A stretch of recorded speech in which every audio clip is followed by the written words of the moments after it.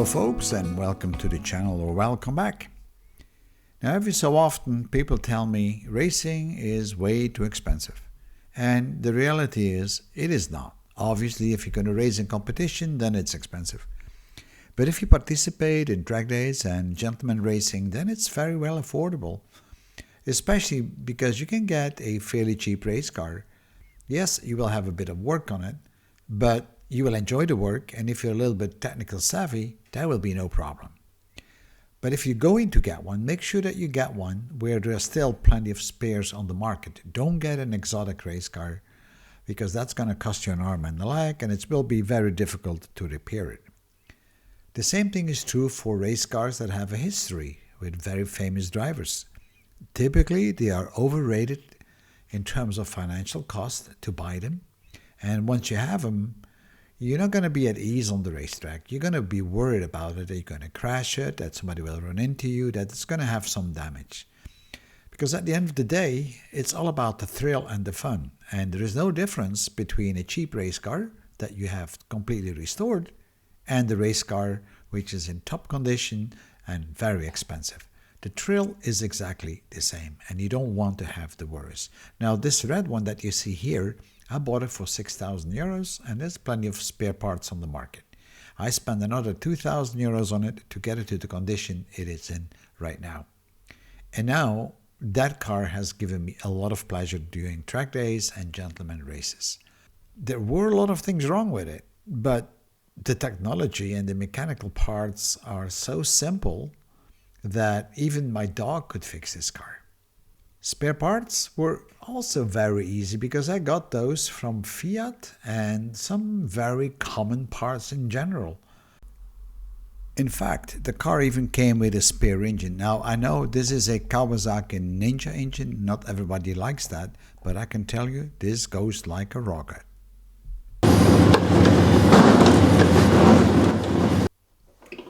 Brakes are most likely the most important part on a race car. If you don't have brakes, then you're playing with your life, and this car had lots of issues with it. So I decided to rebuild the entire brake system. That included the brake discs, the brake calipers, the brake pads, and the master brake cylinders, together with the brake pipes. Now these cars typically have two circuits, one brake circuit for the front and one brake circuit for the rear. Rebuilding a brake caliper is pretty easy. You can buy a reconditioning kit for about $25 or euros per brake caliper.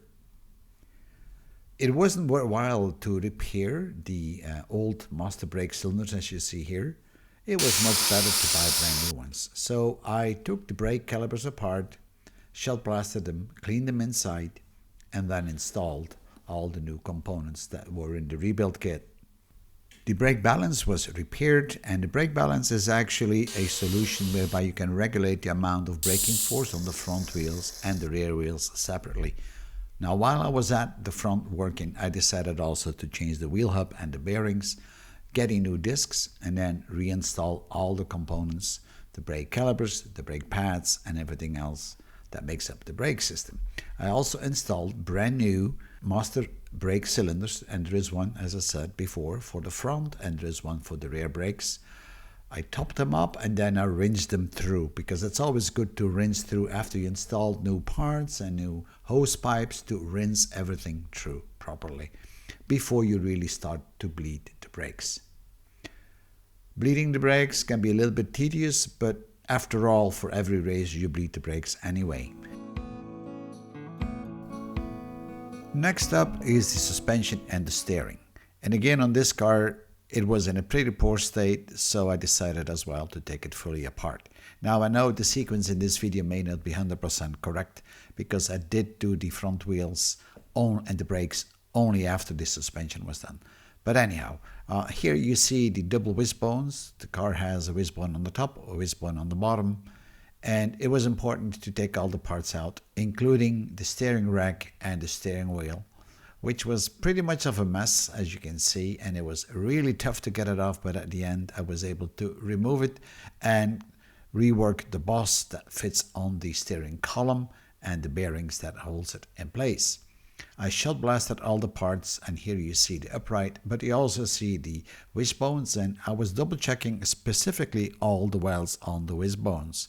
So the wishbones and the steering column joint, all that was shot blasted and then power coated in an old restaurant oven.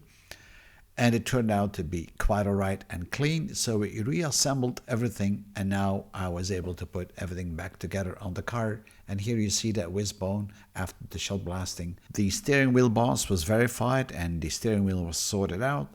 The wishbones then came back nicely out of the power coating, so before I put everything back together, it was time to clean up the frame a bit. And here we're installing the wishbones together with the new bearings and checking everything out. And of course we put everything to torque. The new bushes go in for the shock absorbers, and these are coilovers. They are at the inside of the car, and the springs have been tested of course, and I was setting just the preload. The steering rack was verified, installed and aligned, and of course I like to measure things out just to make sure that it is center. And then we connect the steering rack to the wheels. And of course we've done exactly the same work on the rear suspension. We cleaned it all, we checked the coilovers, we checked the springs, we checked the shocks, and then it was time to reassemble everything exactly in the same way as we done in the front. Of course the rear end is a little bit different than the front end, especially because we also have drive shafts, but they are coming later in the video because we had some serious issues with the drive shafts. So here I'm putting the upper wishbone and the lower wishbone together at the rear end of the car, checking the toe adjustment, and then of course the rod which is driving the shock absorber. As you notice as well, the shock absorbers are at the inside of the car. We're putting the new wheel hubs up and the new wheel bearings, new studs, and then we did some very basic adjustments just to make sure everything is okay. We fitted the new brake discs, the new brake pads, and of course the reconditioned brake calipers, just like in the front, so that the rear end is completely ready to go. And then it was time to clean up the dashboard and the cockpit, because the dashboard was pretty crappy, so I decided to create a new panel and then powder coat it. The steering wheel was all cleaned up, and you've seen that before. The pedal box was sorted out. And now it was time to install the instrument cluster. Now I reused the instrument cluster from the motorbike. The one that I had a spider on it, but luckily I had a second one. And here you see me installing that cluster.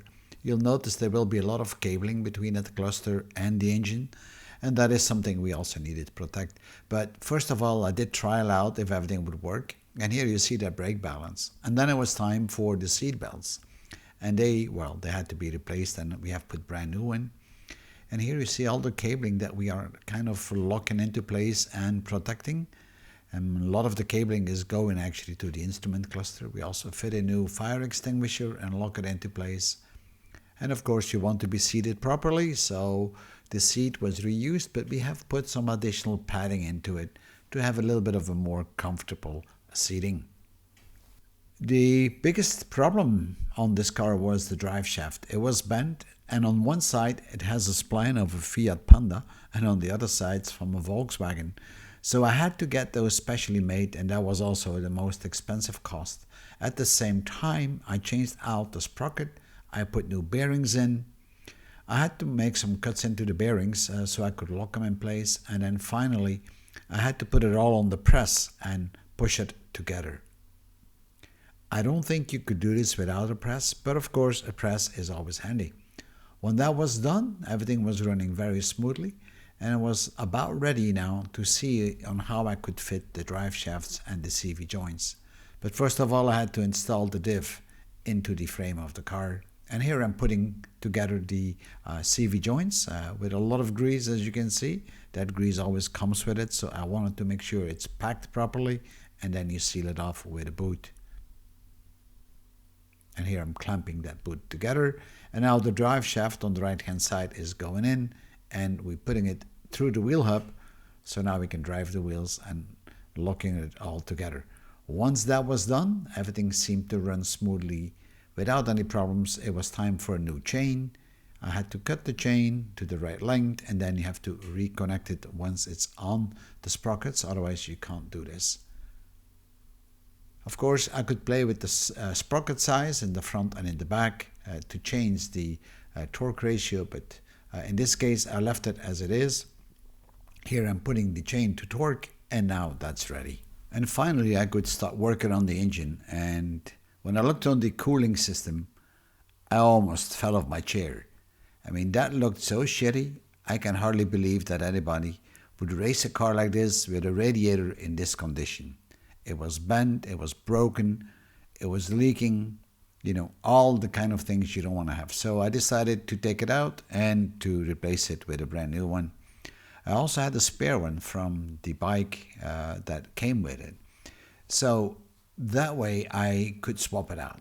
Now I also had a spare engine that I also double checked, but the engine that was inside the car was in very good condition, so there was no need to replace it. So here I'm putting in the new radiator and just thinking about it. What should I do? Should I use the one from the bike or the brand new one? And at the end I used the brand new one. Fitting the radiator was not all that difficult. I just made a couple new brackets and everything went in very smoothly. I do like to use pop rivets, as you can see here. And now it was time for the fan. The second fan that I got was a bit bigger than the original fan. And that's good because I want to have some more cooling. And of course I wanted to make sure that the cooling is working in the right direction. So the fan is sucking the air in, so it doesn't work against the ducting. And then it was time for the nightmare. The electrical cabling. That was such a mess. I have never seen that before. And I was even surprised that the car would run with this kind of a wiring.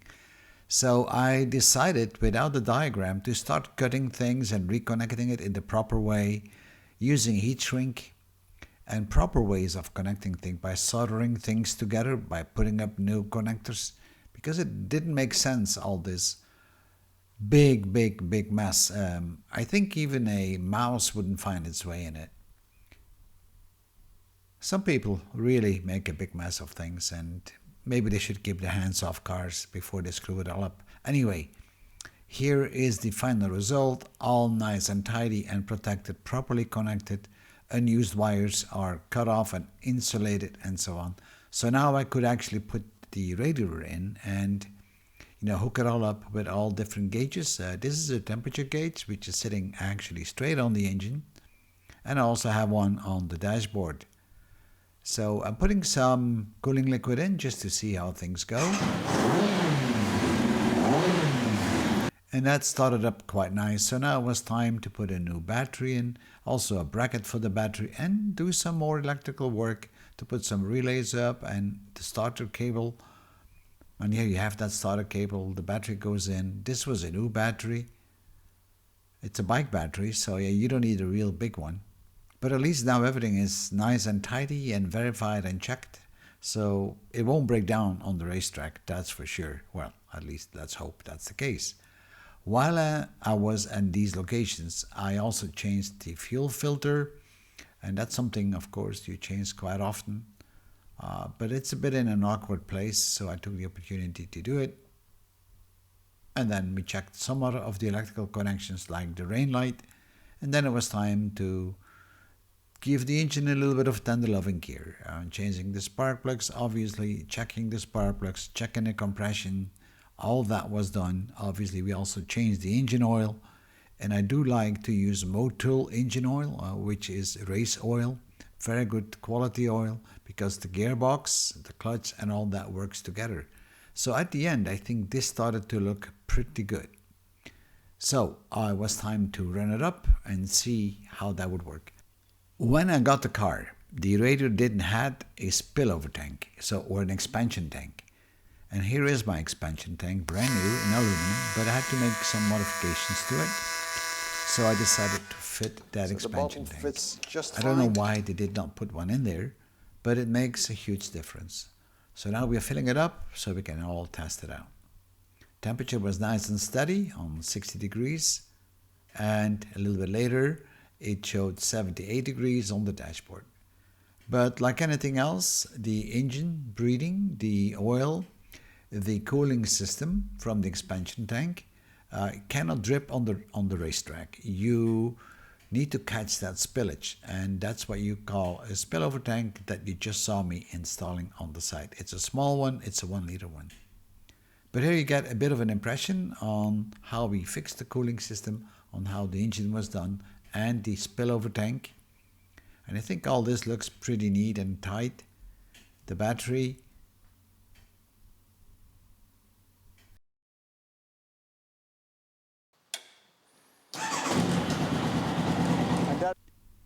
And finally, I could get to the cosmetics and some small stuff.